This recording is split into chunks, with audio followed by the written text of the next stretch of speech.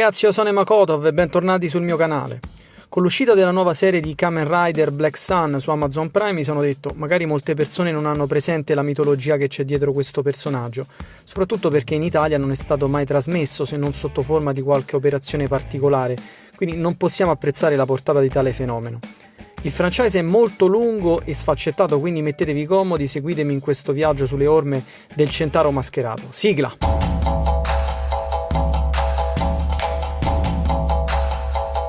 Come rispondere alla classica delle domande, ma qual è il tokusatsu più famoso di sempre? Beh, molto semplice. Ultraman e Kamen Rider sono gli eroi più riconosciuti e rappresentati in varie serie di tutto il genere. La cosa curiosa è che accennavamo all'inizio è che tutti e due questi franchise non sono mai arrivati da noi in Italia. Nel caso di Kamen Rider proprio abbiamo solo sfiorato questo personaggio grazie alla Saban, l'etichetta americana famosa per aver rimaneggiato il materiale delle serie tokusatsu giapponesi, rimontandole con attori occidentali e decretando il successo di serie come Mighty Morphin Power Ranger. E cosa c'entra il nostro Centauro mascherato? Beh, nel 1995 Saban distribuì anche da noi in Italia Masked Rider, che altri non era che la serie tokusatsu Kamen Rider Black RX, ovvero la nona serie del popolare franchise, ma facciamo un passo indietro.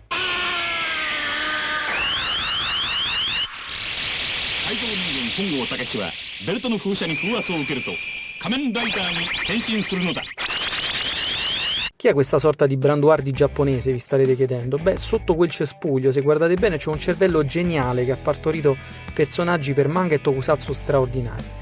Shotaro Ishinomori è il papà di varie creature mitiche, ma soprattutto è il creatore di Kamen Rider.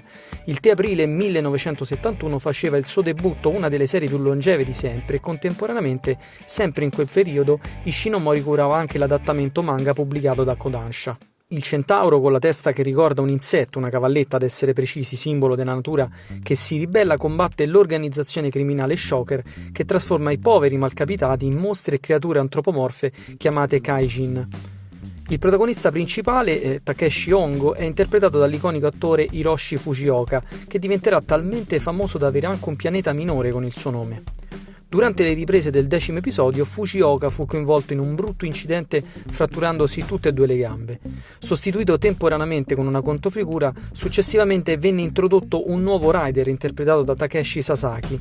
Lungo il corso della serie, con il ritorno in salute di Fujioka, i due personaggi si unirono insieme nella battaglia contro la Shocker. La serie, prodotta da Toru Hirayama e disegnata da Ishinomori, doveva basarsi originariamente su un altro personaggio, Skullman, ma durante la lavorazione le fattezze vennero cambiate in quelle che conosciamo oggi. Ogni rider nelle sue incarnazioni del franchise ha una cintura da cui attiva le varie trasformazioni, spesso ne vedremo di più nelle serie successive, e il tema delle varie serie spesso prevedeva che le origini dei rider fossero collegate coi cattivi che lo hanno generato. Nelle prime serie venivano tramutati in cyborg contro la loro volontà, mentre nelle serie più recenti erano sostanzialmente dei mutanti potenziati. Le moto anche sono una parte fondamentale della serie. Dal 1971 fino agli anni più recenti è stata addirittura la Suzuki a fornire le moto cavalcate dei personaggi principali.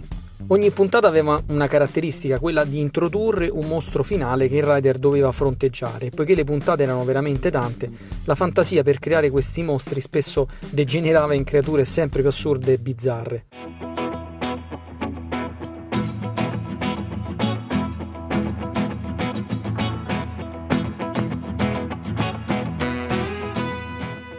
Ciao ragazzi, sono Adriano Forgione di Nippon Shock Edizioni. Il caro amico Makotov mi ha chiesto un piccolo contributo a questo video celebrativo su Kamen Rider e lo faccio con grande piacere. Primo perché Kamen Rider rappresenta nel mio immaginario un personaggio assolutamente importante e fondamentale come lo può essere Goldrake o Jing. E spiego subito perché. Perché nel 1979 un mio parente che aveva viaggiato in Giappone mi portò in regalo dal sollevante l'action figure della Poppy.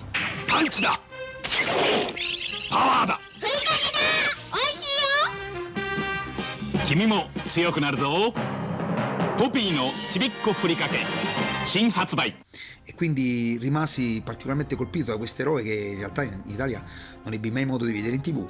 E per cui, a differenza degli altri di cui conoscevo la storia, ne immaginavo le avventure e quindi addirittura mi permetteva un maggior lavoro di immaginazione. Vi giocavo spesso e quindi da quel momento in poi Kamen Rider ha rappresentato, poi negli anni crescendo sono andato a cercarmi le trame, a capire l'evoluzione del personaggio, fino addirittura a quelle che sono state le sigle che ho imparato a memoria in alcuni casi, come Kamen Rider Black RX o addirittura quella prima serie di Kamen Rider cantata da Masato Shimon. Come state vedendo, le serie tratte dal franchise di Kamen Rider sono molteplici, ma a parte la prima mitica serie andata in onda dal 71 al 73 con un totale di 98 episodi che ha lanciato il mito, ci soffermeremo opportunamente ad alcuni seguiti, ovvero la serie Kamen Rider Black e al suo seguito Kamen Rider Black RX, andate in onda dal 1987 al 1989, da cui Ishinomori Production e Toei ha tratto proprio spunto per realizzare la nuovissima serie uscita in questi giorni. Ogni periodo secolare il Creation King, il creatore supremo, muore e deve essere trovato un sostituto. Kotaro Minami e Nobuhiko Akitsuki sono due fratellastri che vengono rapiti dall'organizzazione denominata Gorgon per essere trasformati nei loro imperatori, Black Sun e Shadow Moon, e per questo sottoposti ad un intervento in cui gli vengono innestate delle pietre sacre donate dal Creation King. Nel momento in cui gli sta per essere cancellata la memoria, Kotaro riesce a fuggire e, assumendo l'identità di Kamen Rider Black, combatterà l'organizzazione criminale cercando di liberare il fratello in mani nemiche. Seguendo le orme di Caino e Abele, la perdita, il ritrovamento, il conflitto tra i due fratelli sarà il fulcro principale di questa serie. L'attore che con l'urlo iconico Henshin, letteralmente trasformazione, si tramuta nell'iconico Centauro Oscuro, e l'attore Tetsuo Kurata, che al tempo aveva solo 19 anni, è quello che lo interpreta. Lo stesso Kurata racconta come a quel tempo il suo provino non fu particolarmente brillante, ma venne comunque scelto da Shotaro Ishinomori in persona su 8.000 pretendenti al ruolo. Successivamente all'assegnazione del ruolo, Kurata venne istruito adeguatamente per interpretare Kamen Rider, prendendo lezioni di allenamento fisico, combattimento, recitazione e canto. Con l'approccio più drammatico e il particolare legame tra il protagonista e il suo nemico fraterno, Kamen Rider Black è la serie più popolare ed apprezzata del franchise.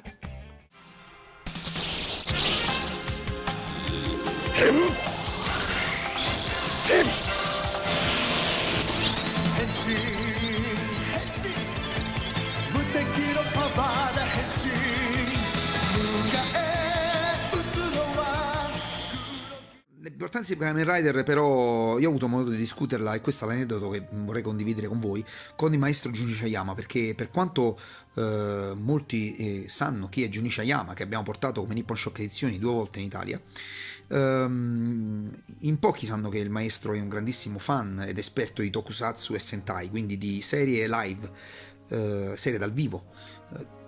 Ne abbiamo parlato insieme.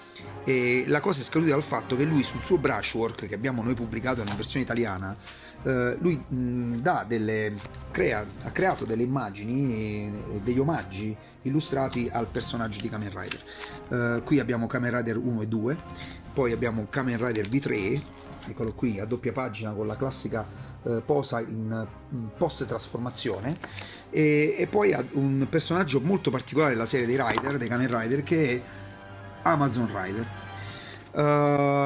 Le didascalie, addirittura il maestro ha posto didascalie scritte da lui, e il suo rapporto con il personaggio, che è un rapporto molto interessante, perché lui chiaramente da character design ha replicato quello che fondamentalmente è quello che lui ha visto in TV, perché lui non aveva letto il manga, quindi il suo tratto è prettamente realistico nelle anatomie, a differenza di quello di Shinomori, che è molto più, diciamo, molto più fumettistico, tipico della fine degli anni 60.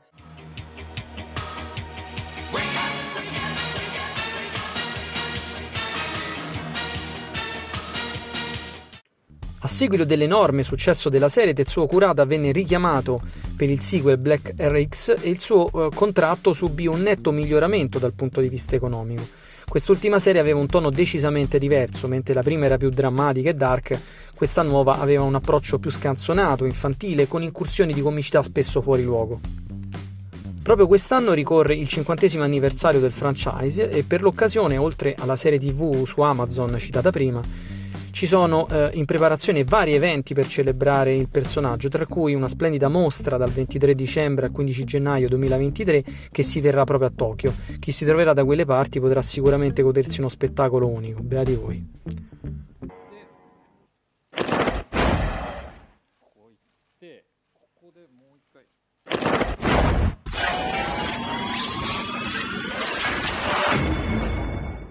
Come accennavamo prima, non perdetevi Kamen Rider Black Sun, trovate tutte le 10 puntate della nuova serie su Amazon Prime. Potete guardarla senza nessun timore di dover conoscere le serie precedenti, ci tengo a dirlo. Il regista Shiraishi Kazuya è stato ingaggiato per dare un'impronta inedita e personale al panorama di Kamen Rider. Celebre per la sua propensione alla violenza, Shiraishi unisce sapientemente i rimandi alla mitologia della serie originale, unendoli con uno sfondo sociale e politico in grande fermento. Una riflessione inquietante sul mondo moderno, tra discriminazioni imperanti per le razze Kejin, politici corrotti e una regia ispirata che sottolinea degli scontri intensi e potenti fatti di arti mozzati e viscere lacerate, senza lesinare in effetti pratici che faranno felici, io sono tra questi, gli amanti della vecchia scuola. 俺たちは怪人で人間なんだよ。蘇生を俺が殺す。 Un'altra caratteristica importante di Kamen Rider io l'ho valutata all'interno di quello che è il mio studio, perché io sto studiando e sono molto appassionato di quello che è la relazione fra il mondo fantastico, quindi anche il mondo giapponese, fantastico giapponese, e la mitologia, soprattutto gli archetipi.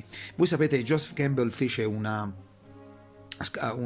fece da consulente a Star Wars attraverso quello che era il libro Il viaggio dell'eroe, perché aveva notato che il concetto di eroe e determinati passaggi che l'individuo che si eroizza, tra virgolette, tende a fare, si ripetono in tutte le tradizioni, in ogni momento storico, in tutte le tradizioni, come se provenissero, sebbene facenti parte di culture, civiltà e tempi diversi, provenissero da un bagaglio di idee preesistente, eterno, da cui gli uomini pescano e quindi vanno chiaramente poi a portarlo nei loro romanzi, nei loro fumetti, nei loro film e anche nel mito, soprattutto perché Joseph Campbell aveva studiato il mito.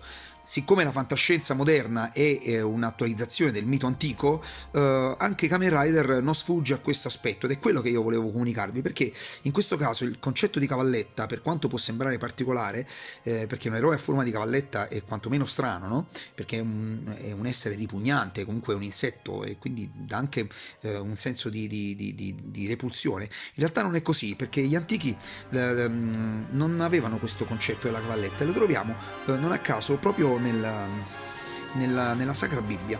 In Apocalisse c'è un particolare che al passo 8-9 ci permette addirittura quasi di leggere quella che è l'apparizione di esseri che sembrano dei Kamen Rider, cioè degli individui, dei cavalieri mascherati col volto di cavalletta. E questo è al passo 8-9, quando viene suonata la quinta tromba, l'angelo suona la quinta tromba, si apre un abisso, e da questo abisso sale un fumo come di una fornace, e da questo fumo escono delle cavallette. Ma come vengono descritte queste cavallette? Ve lo leggo. Queste cavallette avevano l'aspetto di cavalli pronti per la guerra. Cavalletta, cavallo, vedete l'assonanza. D'altronde la parola Kamen sta per mascherato, ma Rider sta per cavaliere, quindi il concetto di cavaliere che cavalca una moto in quel caso, ma è associato comunque come archetipo a colui che cavalca un destriero. Quindi avevano l'aspetto di cavalli pronti per la guerra.